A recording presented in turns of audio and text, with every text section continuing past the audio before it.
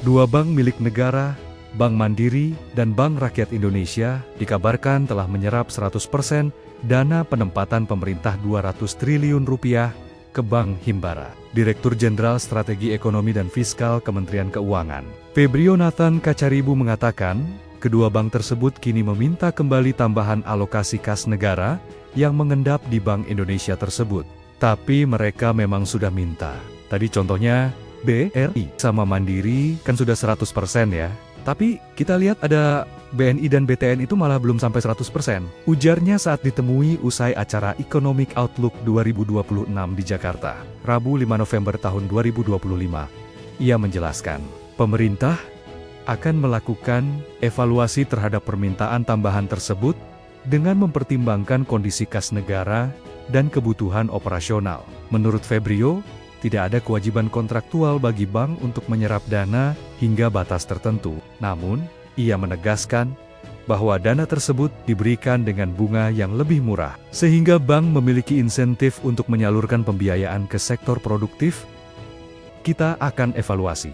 Tentunya kita juga melihat kondisi kas pemerintah. Kita pastikan kebutuhan operasional kas tidak terganggu. Tapi, kalau ada kas berlebih dalam waktu tertentu, bisa saja kita tempatkan lagi di perbankan. Enggak ada kontrak minimal. Kita hanya memindahkan kas pemerintah dari Bank Indonesia ke perbankan. Tapi karena bunganya murah, bank harus bekerja. Mereka nggak mungkin bayar bunga tanpa menghasilkan penghasilan, tutur dia.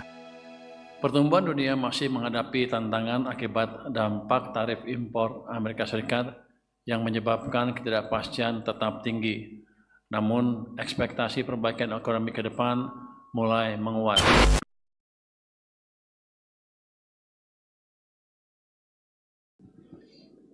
Assalamualaikum warahmatullahi wabarakatuh. Waalaikumsalam warahmatullahi Yang terhormat Bapak Gubernur BI, Bapak Ketua Otoritas Jasa Keuangan, Bapak Ketua Lembaga Penjamin Simpanan, teman-teman media semua. Selamat sore, salam sejahtera untuk kita semua. Sore ini kita akan mengadakan jumpa pers untuk simpulan dari rapat Komite Stabilitas Sistem Keuangan yang dilakukan beberapa hari yang lalu, hari Jumat ya Pak. Itu saya pikir rapat tercepat sepanjang sejarah KSSK. Karena semuanya sudah mantap. Semua masalah dipecahkan dengan cepat dan tepat sasaran ya. Jadi nanti seperti biasa saya akan membacakan tentang keuangan secara umum, dilanjutkan oleh Pak Gubernur BI, Pak Ketua OJK dan Bapak Ketua LPS. Yang itu bukan yang ini. Saya mulai aja Pak Gub, izin Pak Ketua. Stabilitas sistem keuangan triwulan 3 tahun 2025 tetap terjaga dan mendukung pencapaian pertumbuhan ekonomi dengan terus mewaspadai berbagai risiko global. Komite Stabilitas Sistem Keuangan yang terdiri dari Menteri Keuangan, Gubernur Bank Indonesia, Ketua Dewan Komisioner Otoritas Jasa Keuangan, dan Ketua Dewan Komisioner Lembaga Penjamin Simpanan menilai penguatan kewaspadaan terhadap berbagai risiko tetap akan terus dilakukan dan disertai respon kebijakan yang efektif.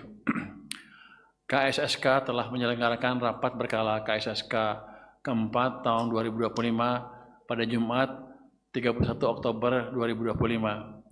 Rapat tersebut menyepakati untuk terus memperkuat sinergi dan koordinasi kebijakan antar lembaga anggota KSSK maupun dengan kementerian atau lembaga lain dalam upaya memastikan agar KSSK senantiasa terjaga sekaligus mendorong pertumbuhan ekonomi. Pertumbuhan dunia masih menghadapi tantangan akibat dampak tarif impor Amerika Serikat yang menyebabkan ketidakpastian tetap tinggi. Namun, ekspektasi perbaikan ekonomi ke depan mulai menguat. Di AS, aktivitas ekonomi yang masih lemah berdampak pada berlanjutnya pelemahan pasar tenaga kerja sehingga mendorong the Fed memangkas Fed funds rate sebesar 25 basis point pada Oktober 2025 menjadi kisaran 3,75 hingga 4%.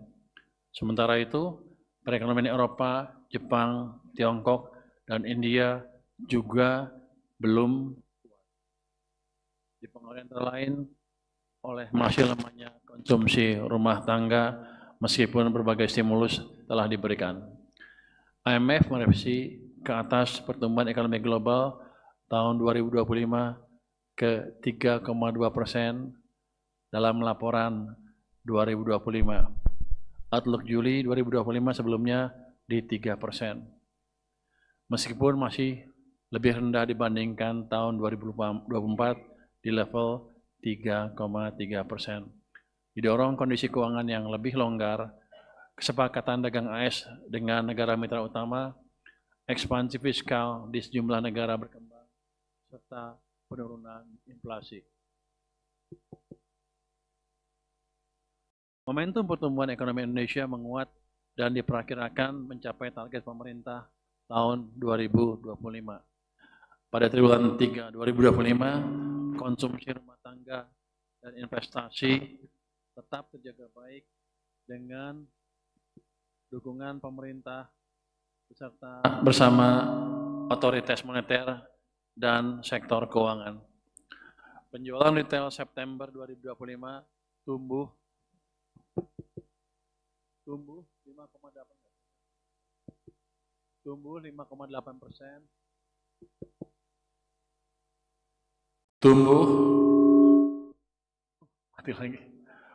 5,8% year on year.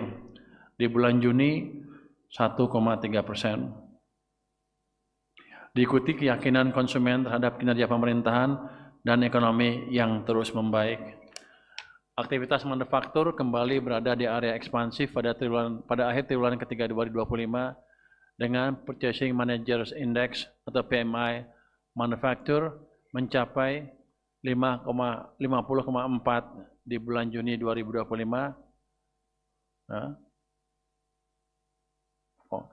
Manufaktur mencapai 50,4, Juni 2025 kontraksi di 46,9 dan berlanjut ke 51,2 pada bulan Oktober 2025. Utamanya ditopang oleh kenaikan pesanan baru selama 3 bulan berturut-turut, sejalan dengan surplus neraca perdagangan triwulan ketiga 2025 yang mencapai 14 miliar dolar atau tumbuh 63,4% quarter to quarter dan 112,1% year on year karena kuatnya daya saing produk Indonesia. Penempatan kas pemerintah 200 triliun rupiah sebagai cash management turut meningkatkan likuiditas perekonomian, tercermin dari pertumbuhan uang primer sebesar 13,2% year on year.